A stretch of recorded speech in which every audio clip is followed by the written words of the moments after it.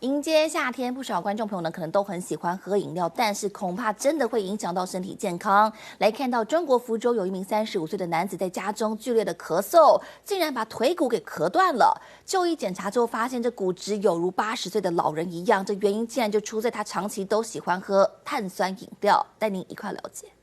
根据中国媒体报道，一名福州的叶姓男子在家中剧烈咳嗽之后，大腿便开始感到疼痛难忍。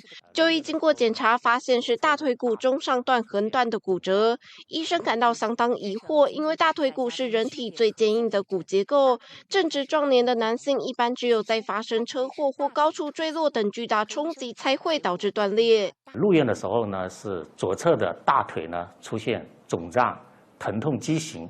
活动受限，这个病人呢，他没有明显的外伤。医院针对叶姓男子进行骨质密度检查，结果显示他的骨量相当于80岁老人。院方说明，他正是因为长期喝碳酸饮料，把可乐当作开水饮用，长达3到5年时间。由于可乐常常有加入磷酸，进入体内会跟正常摄取食物中的钙结合成磷酸钙，磷酸钙不易被吸收，钙摄取量自然就不足。消息一出，引发一番议论，不少网友留言以后再也不敢喝碳酸饮料了，可乐竟然成了化骨水。